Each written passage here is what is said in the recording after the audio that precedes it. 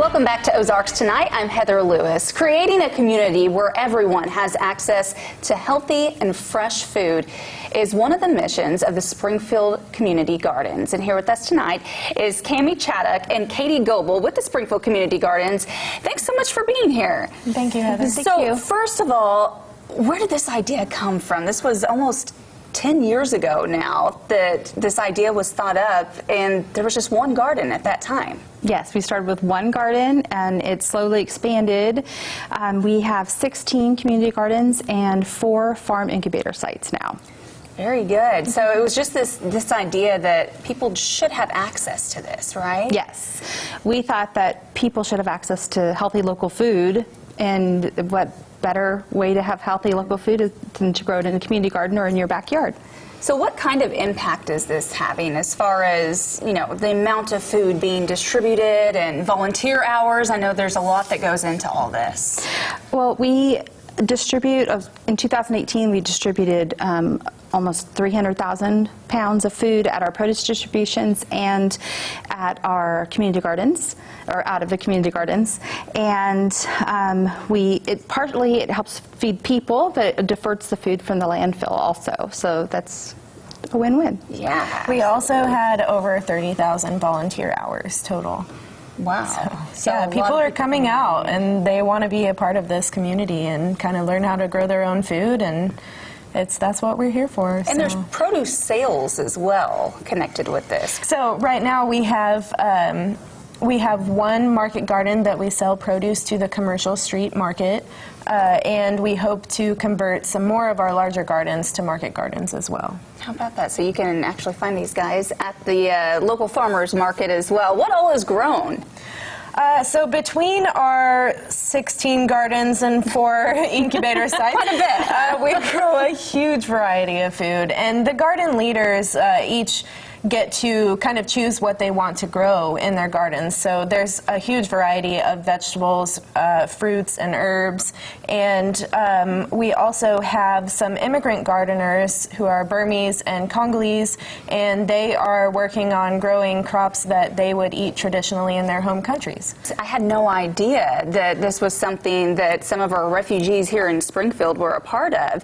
And there's quite a few, like you said, from the Congo, and also what was it, Burmese as well? So, yeah, some families, and they're able to do this through certain programs and grants. Yes, we have 3 federal grants that we received.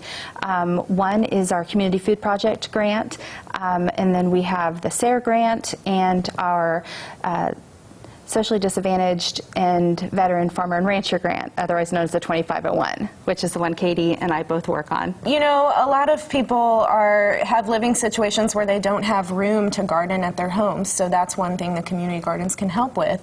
And we have over 100 Burmese gardeners who grow at our East Stanford garden, and that just gives them a place to come together and grow that food. And we also have received federal grants from the USDA that have allowed us to build this garden for the Congolese this year. So, and it's in their neighborhood, so they can come walk to the garden and, you know, do things together and grow the foods they want to grow. So. And there is a language barrier with that, so I know you guys start with the basics of just, you know, certain words and tools and things like that, right? There's some workshops that are being held. Yes, we just recently had the Farmer Language and Skills Workshop, which we are really thankful that we have a Swahili interpreter. So one of the refugees interprets for us, and that's really been helpful. Many of them understand English, but it's not fluently, and they don't always speak fluently. This kind of gives them some freedom back in their lives, too, to be able to provide for their families. Right. Yes. Yes, they're that's a happy neat to be able to watch. Yeah, they're happy to be able to grow the foods from their home country.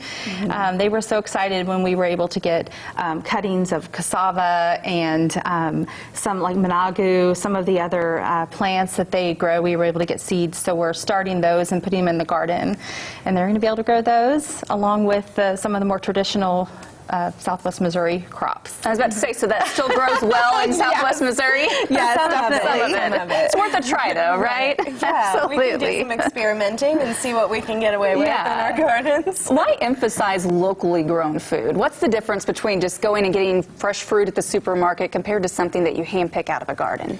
Right. So there's really a lot of reasons that we should all look to buy food more locally, and some of the reasons would be, reducing our carbon footprint as individuals. When your food is trucked in from a long ways away, it's also not as nutritious. It may not taste as good as it would when it's picked fresh and put on your plate in the same day.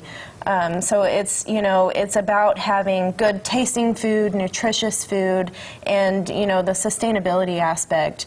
And there's also there's the other aspect of building community through food, and I think that that's a big part of what we're trying to do. The local food community is just close to our hearts, so we want to bring more people in. And it feels like anytime you gather as a group, you gather around the food. Right, that's It really definitely does. true. And there's an upcoming event that we have a couple minutes to talk about real quick. The Wildcraft and Ozarks Culinary Adventure. What is this? Yes, we are having our event this Saturday from 11 to 2 over at the Springfield Art Museum.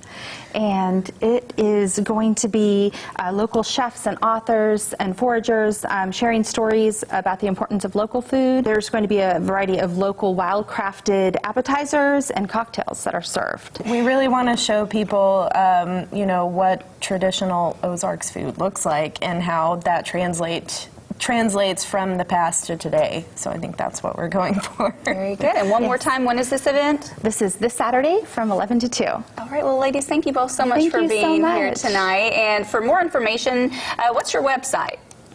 SpringfieldCommunityGardens.org. Okay, and you can volunteer, you can help out, you can just be part of the community and learn more about fresh, locally grown food, too. Yes. All right, thank you so much. We'll be right back with more Ozarks tonight.